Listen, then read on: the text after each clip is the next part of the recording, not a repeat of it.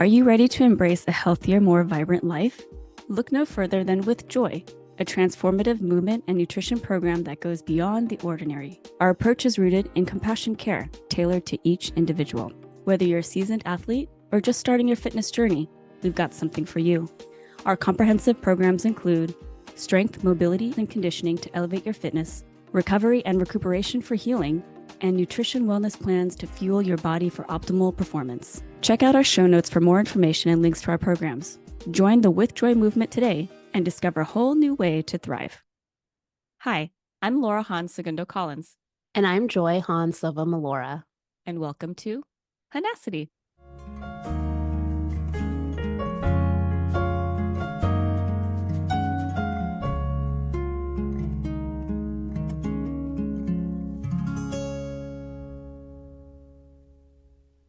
Hey, Joya. Hi. How's it going?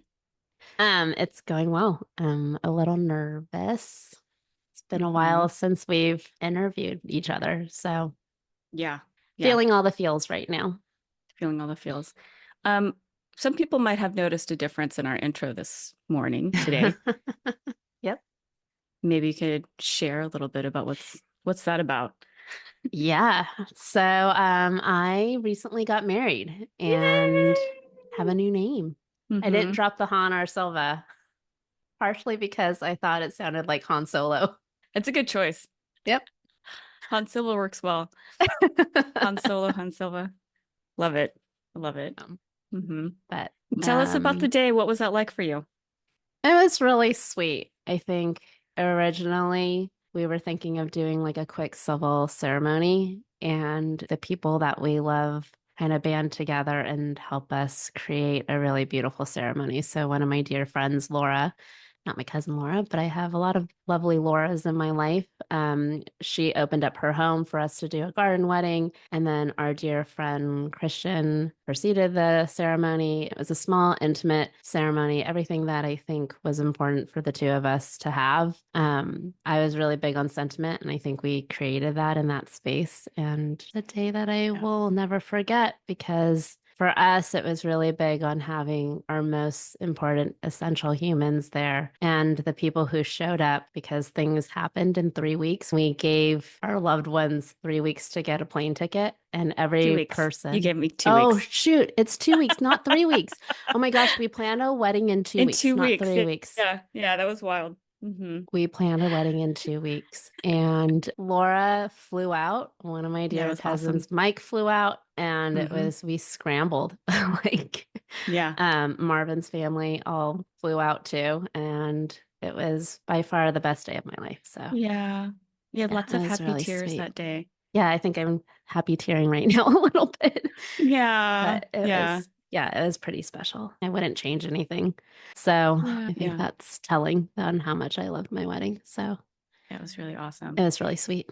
And happened to fall over at game 1 and game 2 of the World Series. Oh my gosh. That was the greatest. I know. Go Dodgers. Go Dodgers. So we're recording this much later after we recorded our very first episode, just because life has done some twists and turns for the two of us. But right after our rehearsal dinner, we went to my brother's hotel, and it was us and a few cousins, and we all witnessed the Freddie Freeman Grand Slam walk off all together. And I could have sworn, I just remember screaming and jumping, and then tears on all our faces. Yeah. It was pretty special.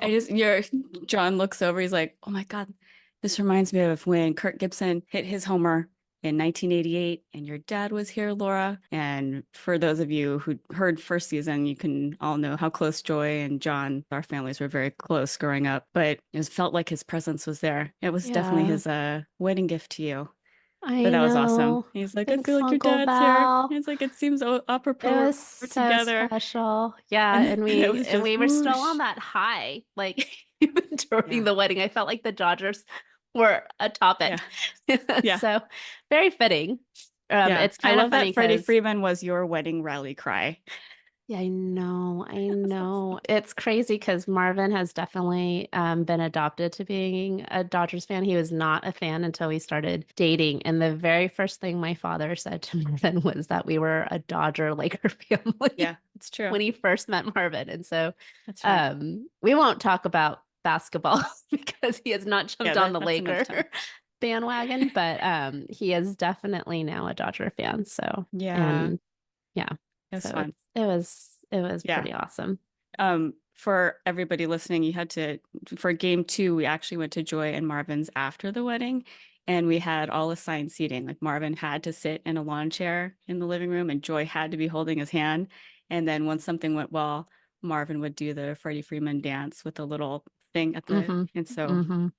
Yeah, he does it quite and so often. when, We'll have to yeah, post that to show people. yeah, We'll get we his should. permission. He'll sign a waiver.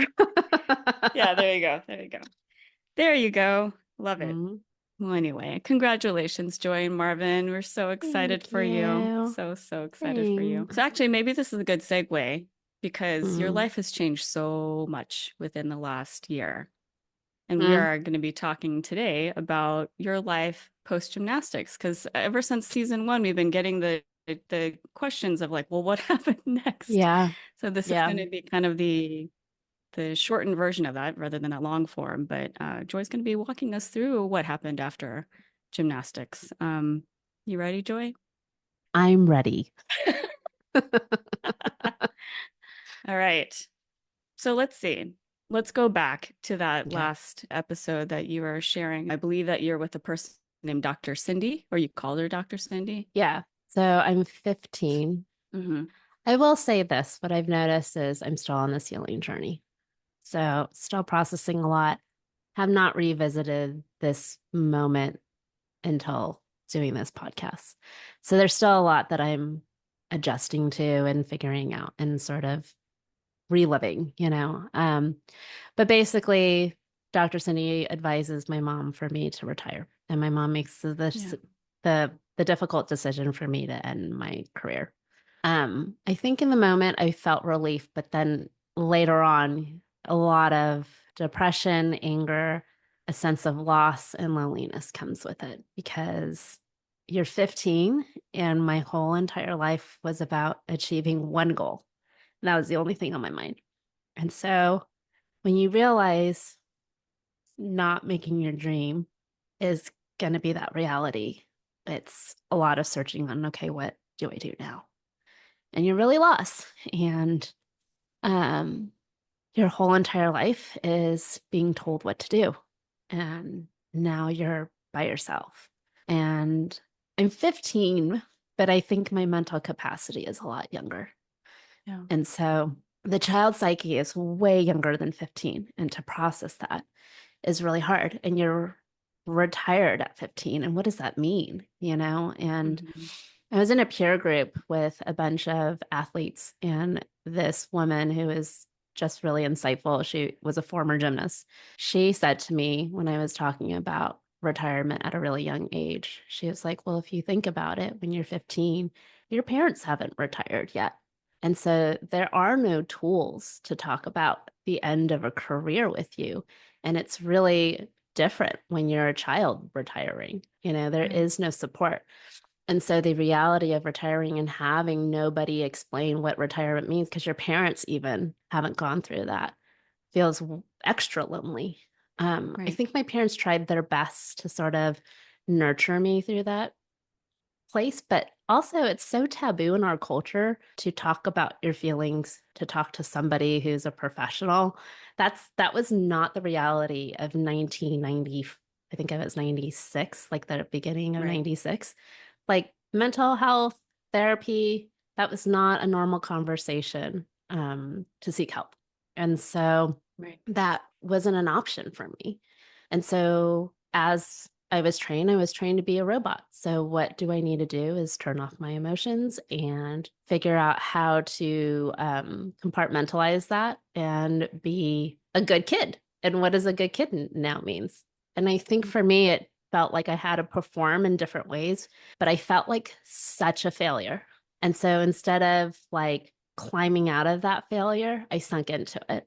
And so my grades started dropping, my care for school started dropping.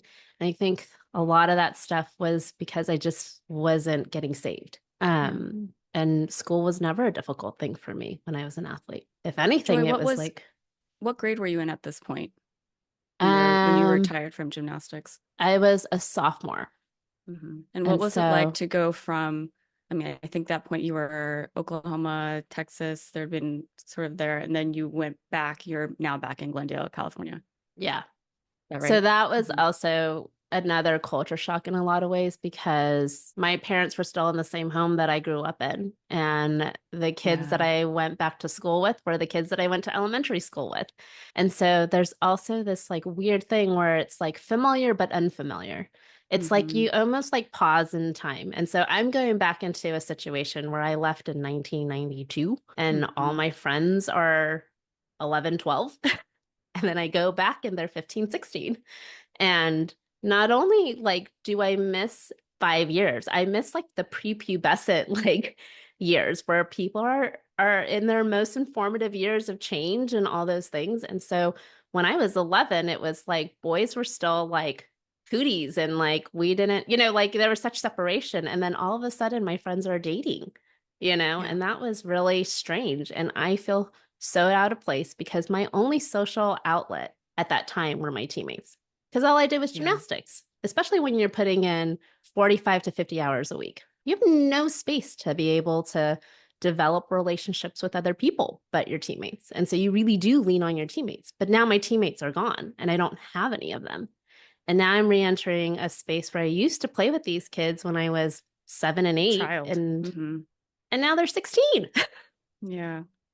Were you in touch with your old teammates at that point? Um, What happened to those relationships? I did loosely write to Kara, actually. I actually saw one of Kara's competitions after I had retired gymnastics. She had a Mhm. competition in LA, and I actually went there to cheer her on. And that was also really difficult Sure. because it was seeing somebody who could continue on and I couldn't, and so that was really hard. I think I didn't realize how traumatic that was, but Kara was such a dear friend of mine, and her parents really did a lot for me when I was away. Like I slept over at Kara's house almost every weekend when I was at Posars. So my parents were really big on like, as a good friend, you go and support her. And I think they were like, you need to go and see her, and not that I think I didn't want to do that. I think it just was like there was so much fear and feeling shame and like a failure and Yeah. watching somebody continue on. And Kara ended up getting a collegiate Mhm. career afterwards, so she really did Yeah. amazing after her career. So you were carrying all kinds of emotions on the inside. So many, too many to count, I'm sure, all contained without any guidance, without any support. You mentioned things like depression and grieving. We know that you can pull it together and put on a strong face, but looking back now, Mm. especially as people are listening, they may not be attuned to what's going on within them. What are some of the things you notice now that you were struggling with that you would say like, okay, this was grieving or this was depression or this was anxiety? What do you Yeah. recognize that now as a 15-year-old that you were going through? Right. There's a lot. I think like I found myself being by myself a lot. So like Mhm. secluding to myself and feeling really lonely in that. And preferring that, which was interesting. Like I think spending a lot of time by myself. So removing myself from any sort of social environment. But I think anxiety rose significantly. And I could feel it in my body. I did not recognize that now. Now I can say, I think I'm like connecting my body and how my body responds because the body first does not lie. And Yeah. so your body is the first sign to notice things. And so I feel like a lot of times when I cry, and this has always been since I was a little girl, is I feel it in my throat first. And Mm. so for Wow. me, I feel like when I cry, I have a really difficult time talking. And what I notice that is because I've been trained to stay silent. And so you don't talk back to coaches, you don't talk back to people. And so if I feel inadequate or not performing well or not doing all these things, it is internalized as my fault. And I can't speak Mm-hmm. up for myself because I have to be able to search why is it my fault. And so I take that responsibility. So that's what I noticed first. But also, I was starting to have all these digestive issues. And originally, I thought it was because when you're an athlete, you're on, especially with gymnastics, you're on such a strict regimen of Right. what you can eat, what you can't eat, right? And then you go out of the sport and nobody is giving you these tools about nutrition and you start eating whatever. And so a lot of athletes gain weight after that, right? But then it's like the physical body looking different and having to, and with gymnastics, we used to get weighed in, right? And so every day I used to get weighed in. Now I'm not getting weighed in. And I could physically see my body change because I'm gaining weight because I'm not being conscientious of my nutrition. And so I never had a problem with my weight as an athlete, but now after post gymnastics, I do. And what I've learned, because my teammates would take laxatives or vomit in the bathroom or do things, was that that's what you do to take off weight. And so I do think a lot of gymnasts have eating disorders during gymnastics and after gymnastics. And so I knew that physically, I was also like reacting to things too. And I still have digestive issues as I'm older. So when I have high stress, if I'm eating something that doesn't sit well, I do get nauseous. And that is the first thing that comes to me when I eat something that doesn't sit well with me. And you brought this up a while ago about like sometimes when I eat something, I don't necessarily know if it has to do with like, I know this is bad for me. And so my body is trying to reject it because for so long, like I've been taught what is right food, what is wrong food. And like I naturally want it to, so like if I eat something greasy or fried, like I naturally want to like have it out of my body? Or is my body actually physically like the chemical reaction in my stomach does not sit well with the grease? Is it mental or is it physical? And I think still to this day, like I have to like weigh it.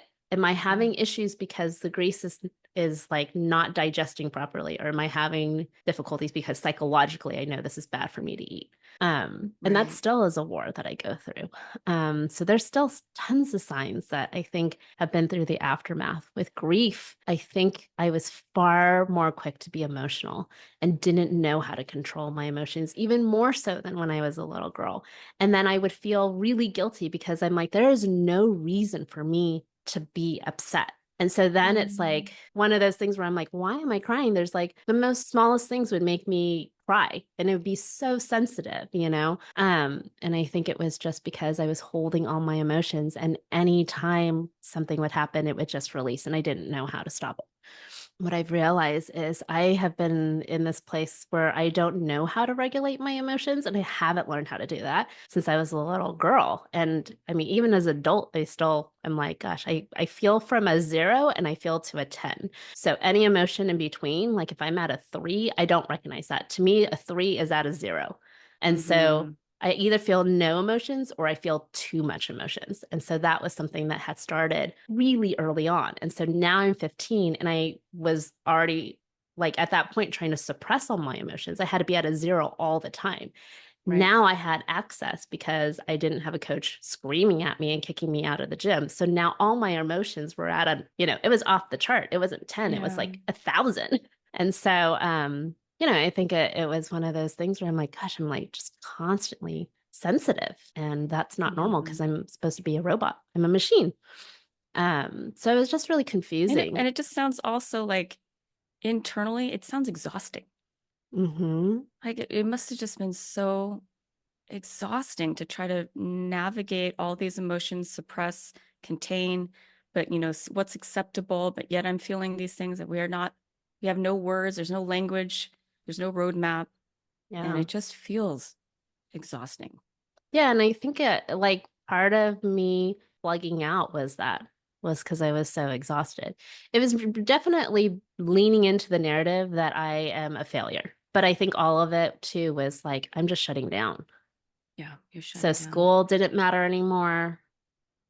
Relationships, like I did not like need to have like deep friendships at all because these people did not understand me. Right.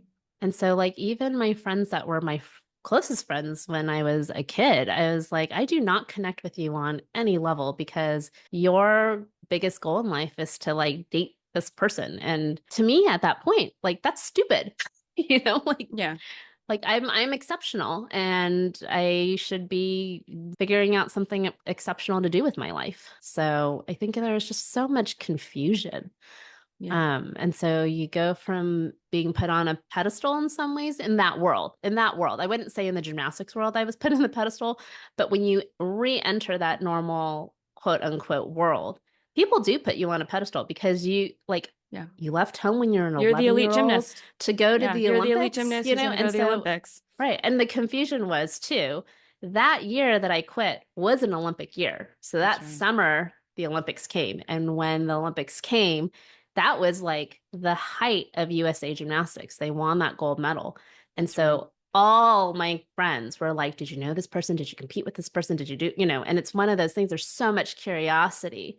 And you're just like, I don't want to talk about this because I didn't want to watch it and I didn't want to see it. And I didn't want to be reminded that I didn't make it. And there was a huge thing with that team was because 3 of those girls were repeated Olympians, right? And so that made it really difficult our year to make the Olympics because we already knew 3 spots were going to be taken. Mm-hmm. And so there's only 4 other spots to compete for, Mm-hmm. so there's so much more like involvement with that, Which is but interesting because even though you know that to be true, that there's 4 spots and that there's hundreds and hundreds of people who are vying for those spots, and there's hundreds and hundreds of people who are also then sitting with, I didn't make it, I'm a failure, somehow, some way, shape, or form in those things, because we are pounded with the idea of like, well, your goal is to make the Olympics. That's the Olympic team. That's what you have been training for all those years. mm-hmm. So not only are you by yourself, but it's so sad and unfortunate that everyone's sort of siloed and not able to share their experiences with one another, because they would see like, well, I guess we're seeing it now, but Yeah. when we come together collectively as a community and we recognize like how extraordinary everybody was and how wonderful, we're in such good company.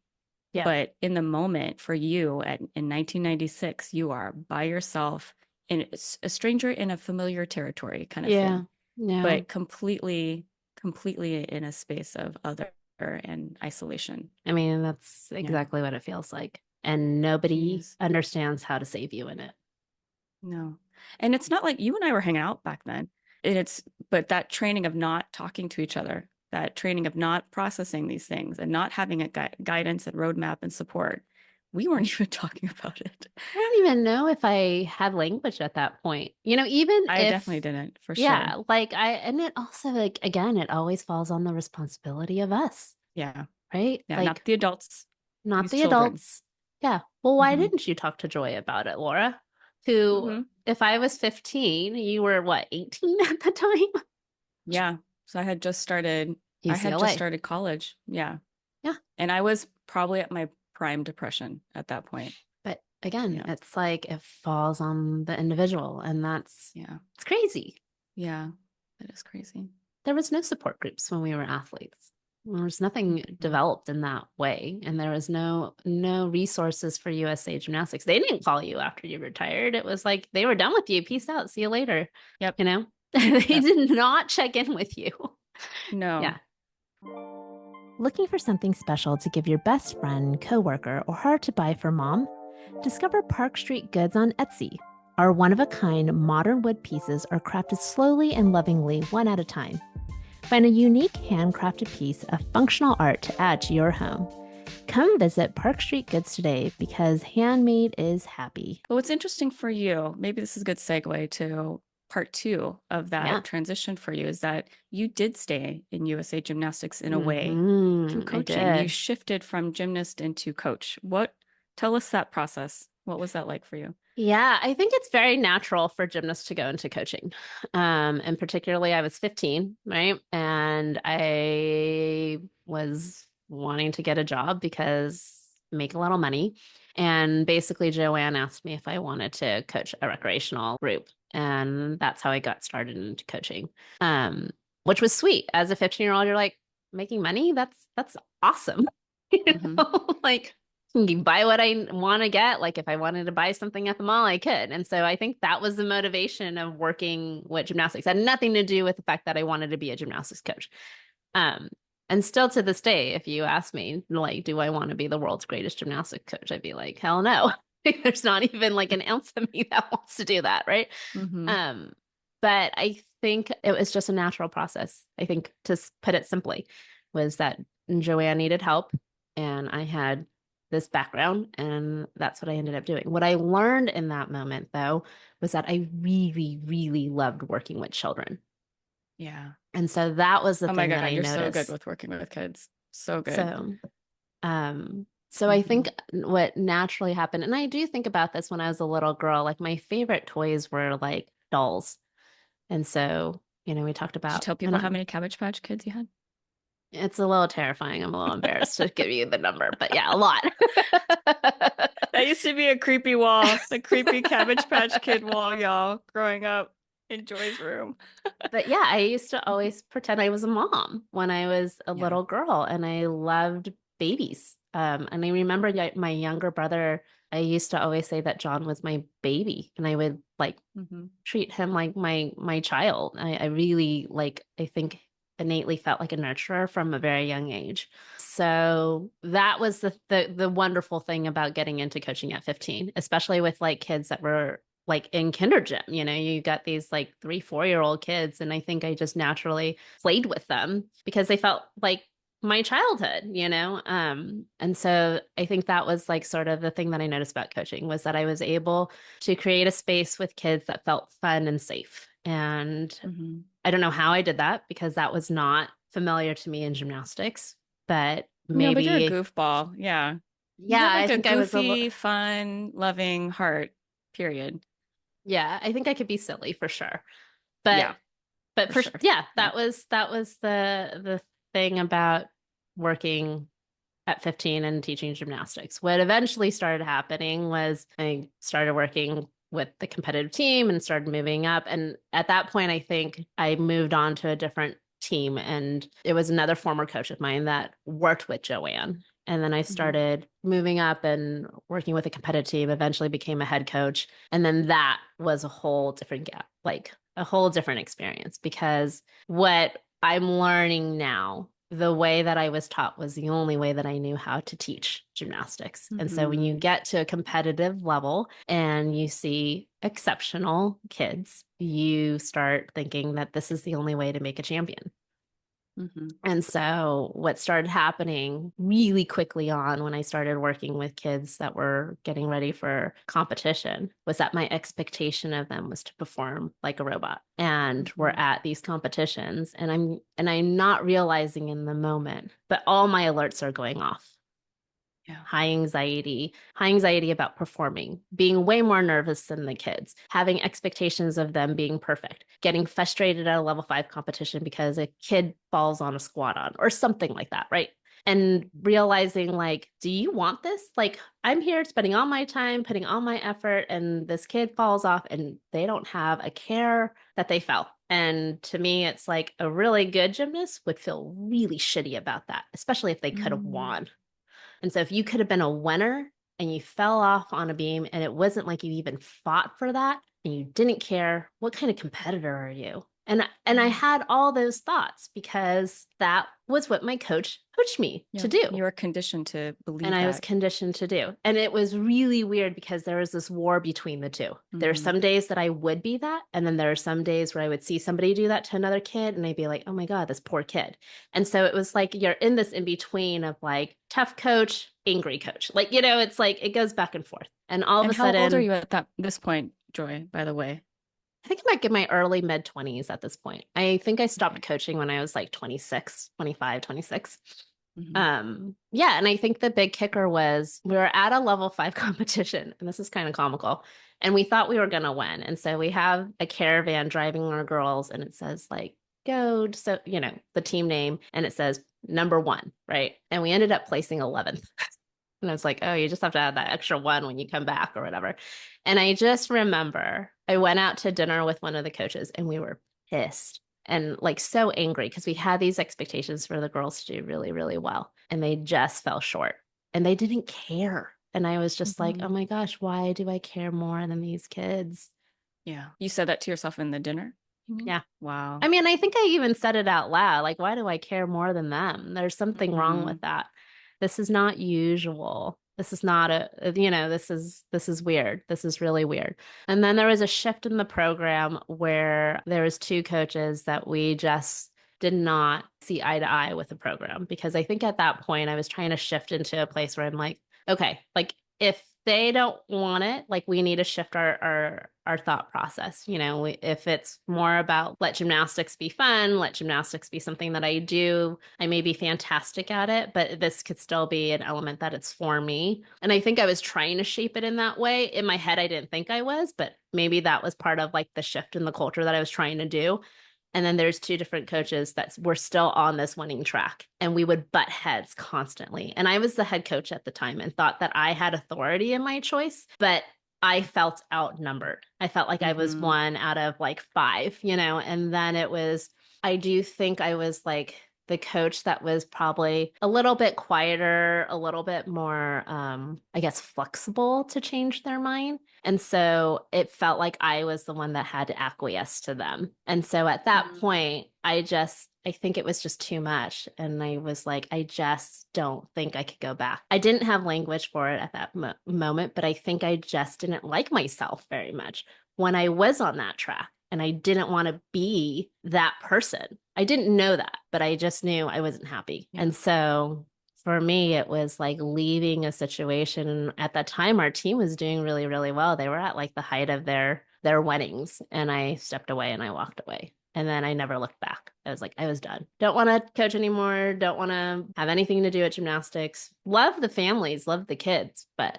I was done. I was done being involved with the sport. How did you feel? You made that decision. How did you feel like a week later? I think I felt satisfied in my decision, because I think I was still in the place of like, oh yeah. And I think it was the thing that I had to tell myself in order for me to do something else. And so I ended up going back to school for fashion.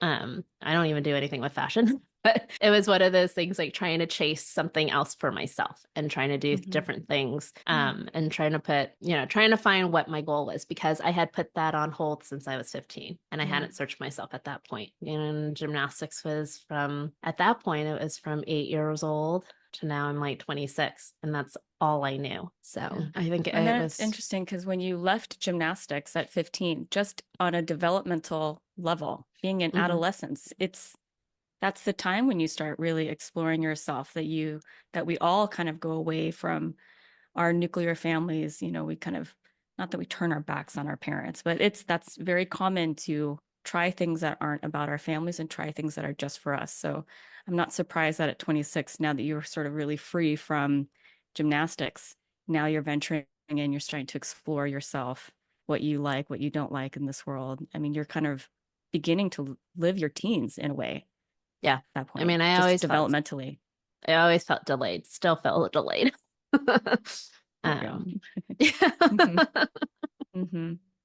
Yeah. Yeah. And then as a twist of fate would happen last year after we shared our podcast, and you've been really challenging yourself to open up and share your story, and not just with other people, but within yourself. And now you have found yourself sort of re-entering coaching as we speak.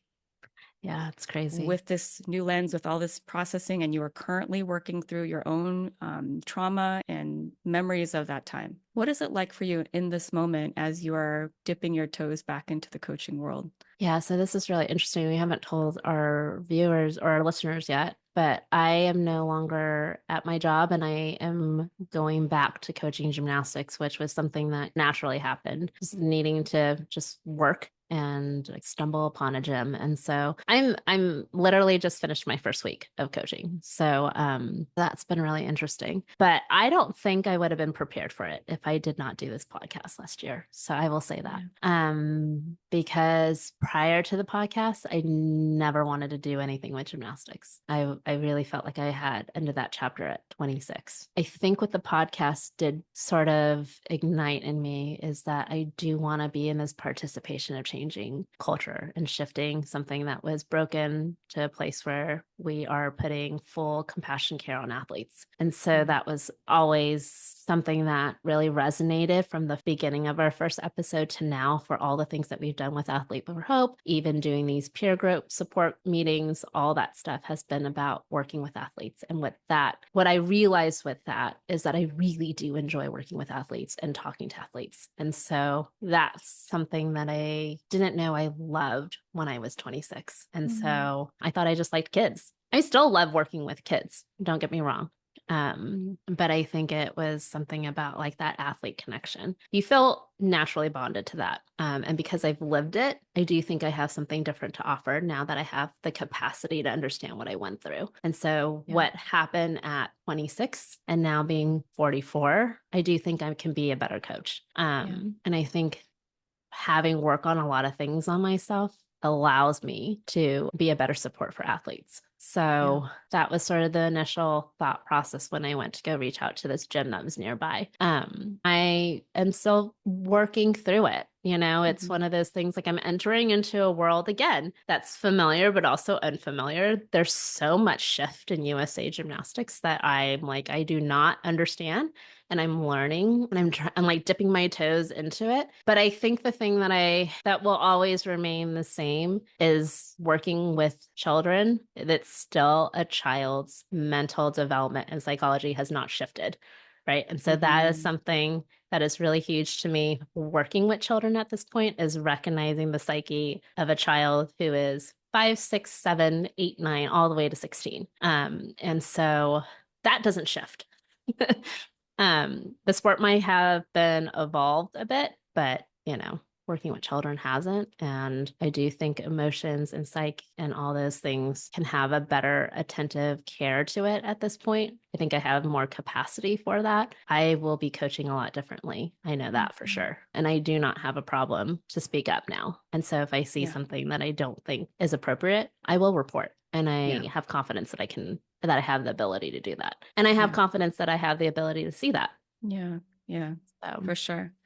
Yeah, your focus is on whole person care. Yeah. And it's not just for athletes. We've talked about this ad nauseum at this point, but it's know. trauma-informed care, which is the clinical wording for basically a whole person athlete trauma-informed care isn't just for athletes. It's also for coaches and for the athletic community, because it's not that just one person gets to feel safe. It's that everyone gets to feel safe. And that now you are really, truly a part of that narrative for gymnastics right now, which Joy, I think you're in a place that is so interesting. I mean, I would never have thought that you would have been back in this position right now.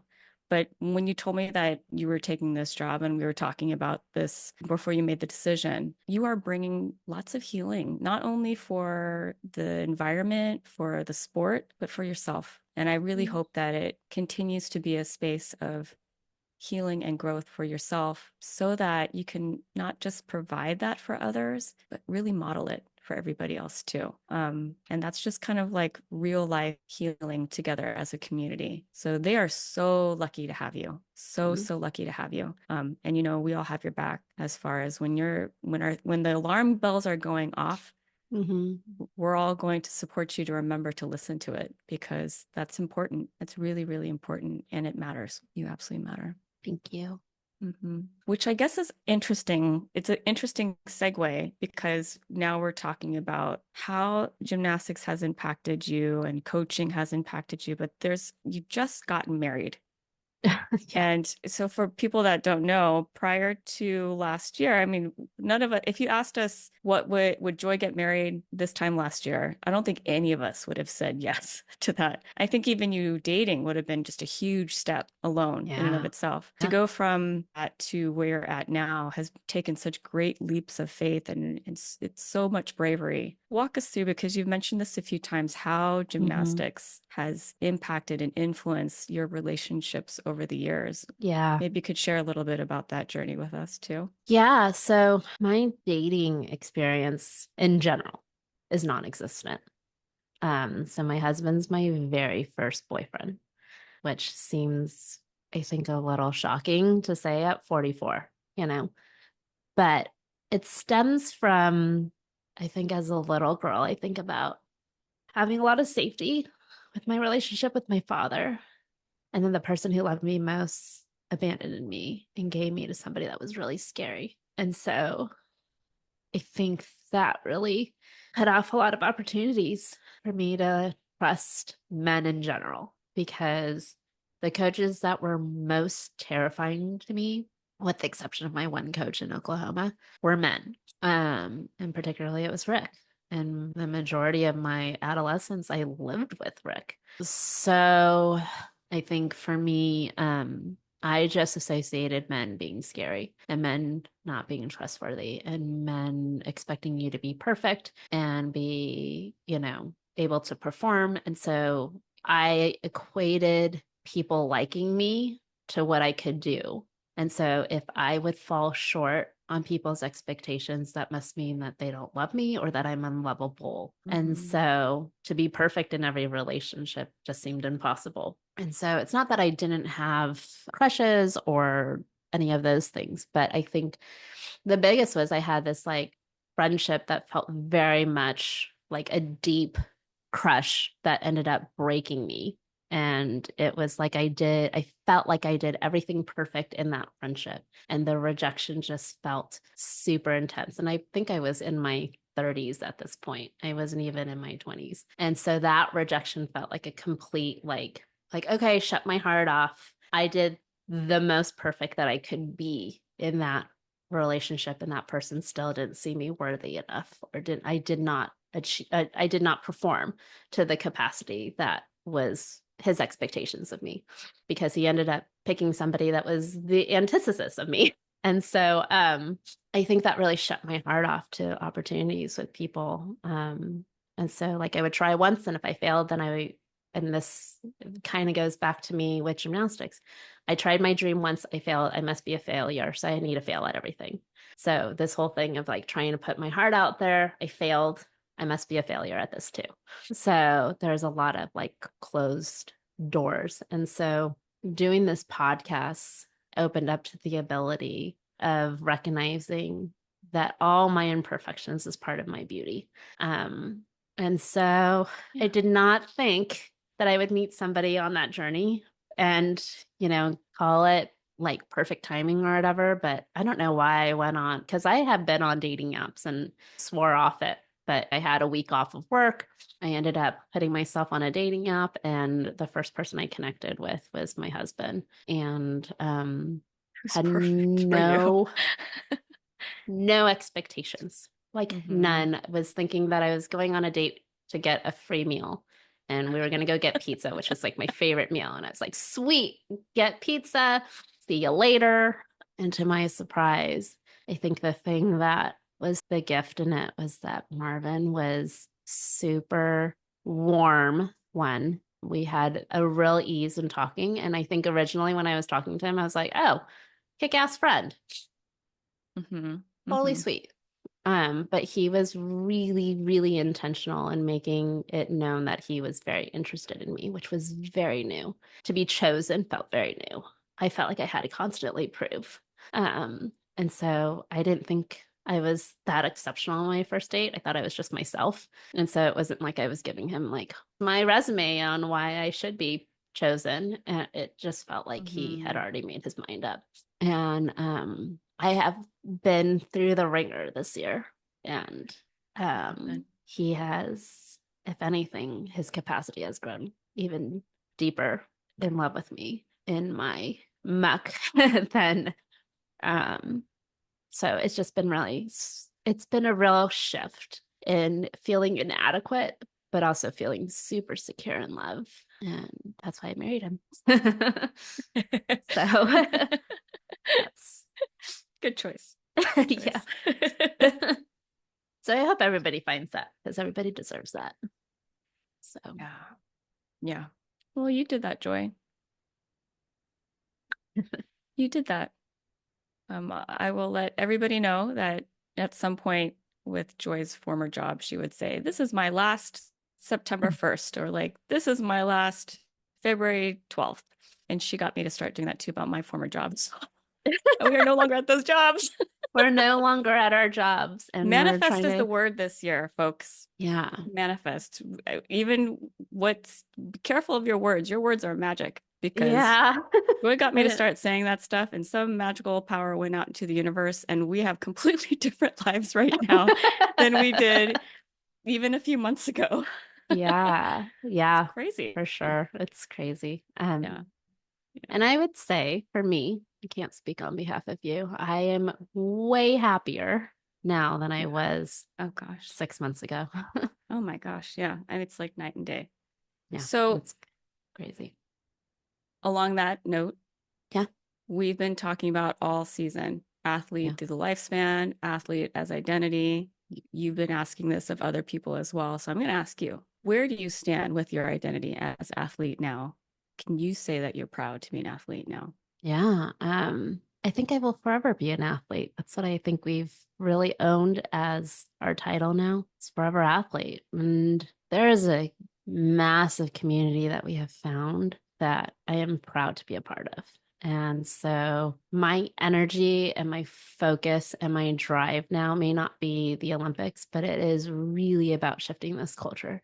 It is something that feels, I want to say, incredibly important. And it's one of those things that I think I will fight for the rest of my life. I don't think I would stop trying to advocate for athletes because there is something about being one and not receiving that and knowing the importance of having that. And we talk about this all the time. We're in a different generation and we are raising a different generation and we want to end what was broken, and there are shifts. We're seeing people who are amazing, like Simone Biles and Naomi Osaka, and them talking about mental health. But I want the non-Simone Biles and the non-Naomi Osakas to have that voice too. And so fighting for all athletes is my heart.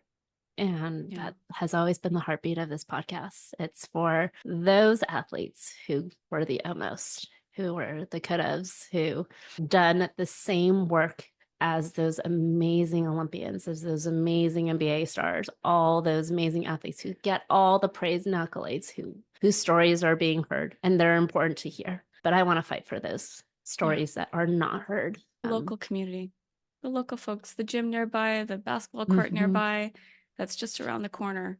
The level 3 gymnasts. Yep. Just as much as the elite gymnasts, right. in terms of like the language that I know of, right?